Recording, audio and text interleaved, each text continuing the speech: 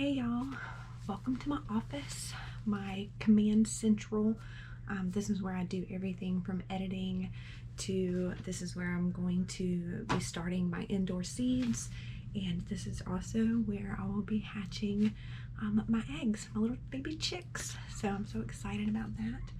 I apologize for having to be quiet. I just got the baby down for a nap, and this is the first opportunity of quiet that I've had in a while so that I can record this video to y'all.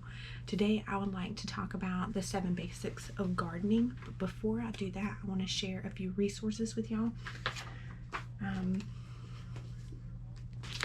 In a previous video I shared this book with y'all, and this has been a tremendous help for me, and I do recommend that if you're in the South that you get this book. This has helped me with my seed organization as well. Most people organize their seeds based on type. I have found that as of right now it's easier in my mind that because I'm a planner and I'm kind of meticulous about things, that I've actually organized my seeds based on when I'm going to need them, so they're organized by month. I found the app, the Mother Earth News. I love Mother Earth News, but I found that they actually have a garden planner app that you can use. So I didn't pay for the subscription, but I did sign up for like the little trial thing and I plugged in the little garden app thing, all the plants that I was going to have, and it tells me, what's super nice is it gives you a list and it tells you when you can start them indoors, when you can start them or transplant them outdoors, and when you can harvest. Now this book does the same thing.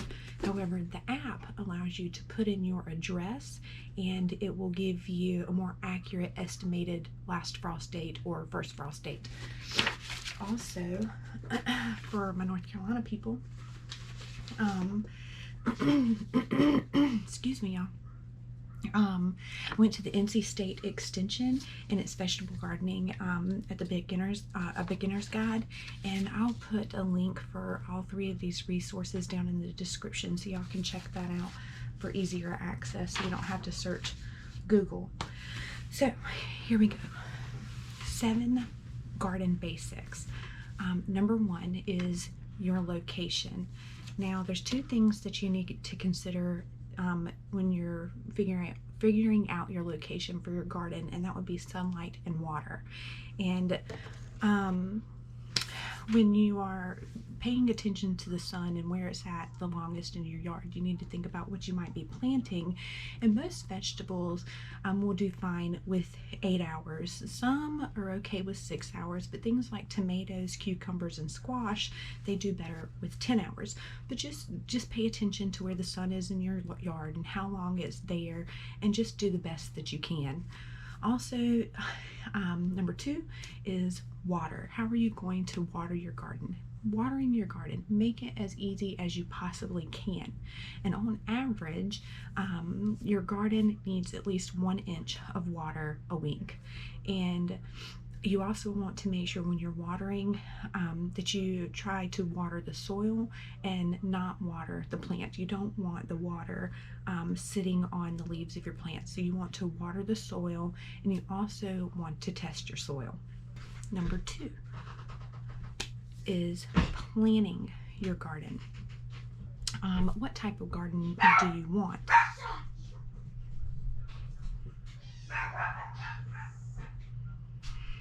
There are like 4 topics under, or not 4 topics, but 4 points under planning your garden. And the first one is, what type of garden do you want? Do you want container garden, raised bed gardens, or do you want in-ground gardens? Now, me personally, I'm doing in-ground garden because that's what's easiest for me. But I love the idea of raised bed gardens because I just feel like the rotation of the garden is much easier. And then I just love the not having to bend over or be down on the ground and all of that kind of thing. But anyways, just think about what kind of garden that you want. And then number two is to what do you want to plant in your garden? You want to plant things that you can grow in your area, but then you also want to plant things that you're actually going to eat. And then I also recommend that you also plant something fun that you've never planted before, and just experiment with things that you've never planted before. Then you want to think about when to plant things. The best thing that I can tell you is that you read the back of your seed packet. Now, if there's not, like I have some seed packets that have no information on the back side of them. So if you have a seed packet that does not have information on the back side, then you want to just do a quick Google search and just read up on information about when is the best time to plant them. Like I said, like you can use the Mother Earth News app, and it will actually tell you when to plant things. And then the fourth thing is you want to think about how to organize your garden. Not just where you're going to plant things and where you're going to plant your garden, but I guess the orientation of your garden. And the ideal, like if you're on a slope, you want to run your rows if you're doing an in-ground garden. And I'm probably going to mostly speak about in-ground gardens because that's what I'm doing. Raised beds, you wouldn't really have to worry about this. Container gardens, of course, you wouldn't have to worry about this. But in-ground gardening, you want to run your rows across the slope. And then ideally, you would like for your garden to run north to south so that you have the sun going, of course, east to west over your garden. And then you also want to make sure that you do not plant your tall crops in a way that is blocking the sun and putting your low crops in the shade. And then I do recommend that you create a garden journal so that you can keep up with what you've done and what has worked and what hasn't worked, so that when you do it again next year, you'll have your own personal resource to look back on, so that you don't make the same mistakes twice. You know, the more you do, the more you learn. Third topic under 7 garden basics is how to prepare your soil. Number 1 is you need to have your soil tested. Number 2 is add organic materials. You can layer newspapers, you can do wood chips, you can do leaves. You want to add organic materials like compost, or you can do like I have done. I have composted mine and I have tilled it, but also I have put my chickens on where my garden's going to go, so that it will help the whole fertilization of the soil. And then after you've done all of that stuff, I do recommend that you have your soil tested again. Number 4 is planting. You need to read the back of your seed packets, or like I said, Google information if it's not on the back of your seed packet. Also, another little quick tip is the size of the seed determines the depth. So the bigger the seed, the deeper the seed goes. The smaller the seed, the more it sits on the top, and you just lightly cover with your soil. And you don't want to like push it down real deep. Like if you have small seeds, you just want to kind of almost just barely push it down, and then you just want to sprinkle a little bit of soil on top of it and give it a light little press. You don't want to smother it. You just want to cover it and just tap it a little bit. And then you also need to think about what needs to be started indoors and when they need to be started indoors. And typically that would be 6 to 8, sometimes 10 weeks before your average last frost. The majority of them probably will do good being started indoors 8 weeks before your last frost. Now here, my estimated frost date is April 20th. However, from past experiences, we've had frost all the way into May. So I will be staggering my planting to cover anything that I might lose that ends up getting planted in the garden too soon, and then the frost comes later than expected. So I'll actually, if something does get hit by the frost, I'll actually have plants coming right behind that, so that I can replant things. My grandparents, my granny and my pa, they had this theory that you never plant anything before Mother's Day. Well, I'm not waiting till Mother's Day, but I'm hoping that the frost doesn't get my early planting. But if it does, that's okay, because I have continued to start seeds indoors to cover, just in case the frost does get what I plant early, because I really don't feel like waiting till May, because it's North Carolina, and where I'm at, you never know what the weather is going to do. And then you also, when you're starting indoors, even when you're starting outside, anyways, seeds do not need sunlight or grow lights to sprout. They will do their thing whether they have light or not. However, once they do sprout and you get the first 2 little leaves on them, that's when you really need to pretty much think about this. Like, once you start seeing the plant come up, that's when you need to start providing it with sunlight or grow lights. This will be my first time starting seeds indoors. I've always bought my pre-grown plants to transplant into my garden, so this will be an experience that I get to share with y'all for the first time, and I hope that my grow light system that I have set up works like I would like for it to do. If not, I'll make adjustments so that it does. And then once you have your sprouts and your plants are growing, you want to slowly, you don't just want to take them and move them straight outside. You actually want to slowly introduce your transplants into full sun. So what you'll do is you'll like slowly introduce them to the sun, and then you'll just do longer periods in the sun each day over a week's time until you can fully move them outside. And then if you need to let them grow a little more outside, that's fine. If you're ready to put them in the garden, then that's great. Just don't start them inside and then immediately take them outside. You have to slowly introduce them to the outside.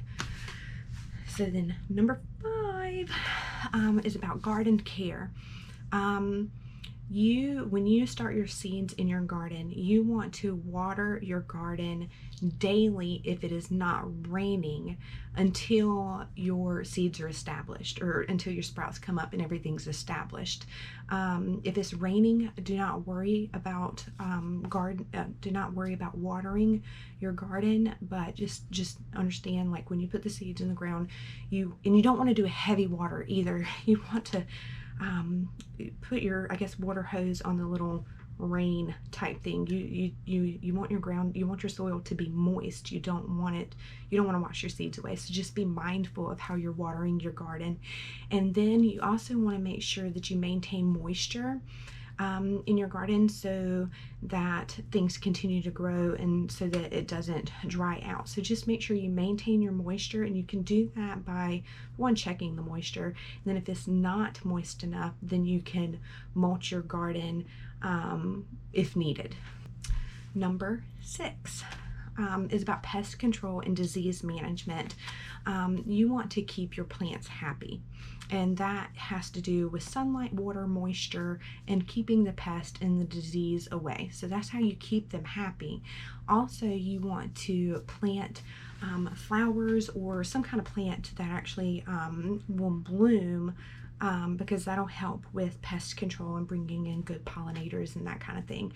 You want to plant disease and pest resistant seeds and plants, and usually there's this little like abbreviation on there, and I can't think about what it's called right this minute, but it'll let you know that it is a disease and pest resistant plant or seed. And then, like I said before, you want to make sure that you water at the ground and not watering above and causing a splash, and this where it causes like the splash to come up onto the leaves, because what's on the ground and sitting on the leaves can cause disease as well. And then you also want to make sure that you walk through your garden a lot, as frequent as possible. Daily is best.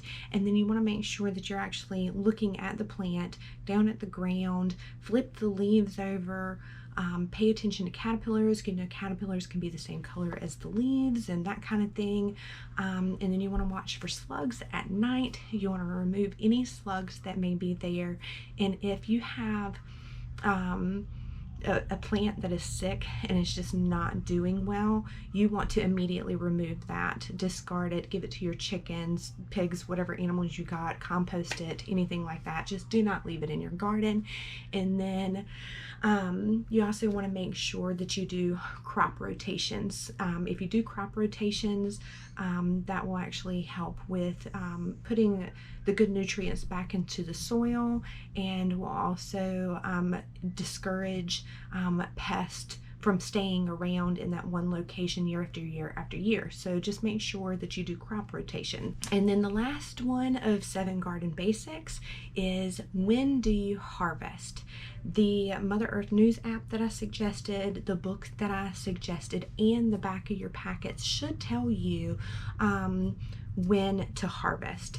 So just make sure you check the back side of your packets to know how many days until harvest. Make sure that when it's getting closer to the harvest season, that you visit your garden daily. And you want to pick any produce. You want to actually not wait till it's completely mature. Pick it right before it is mature, because then that will encourage, because it will continue, like, you know, like a tomato. You pick it before it's fully ripe, and you can sit it in your windowsill, and then it'll continue to sit there and ripen until you can eat it. So keep that in mind. Harvest your produce before it is fully mature, and that will encourage your plant to continue to produce more produce. Right. Hey, where are you going? Okay. So I hope that I was helpful. I still consider myself a newbie in this, so this is information that I have learned from reading resources and just kind of putting things into practice, and also like things that I've learned over the years of growing small gardens. So like I said, I still consider myself a newbie. I hope that I am encouraging other newbies to get started with their growing process, and long-term gardeners, you seniors, at it. If I have forgotten anything, can you just add it down in the comments so that you can help myself out and help any other new people, new gardeners out in their new process. So anyways, I hope y'all enjoyed this video, and I'll see y'all next time.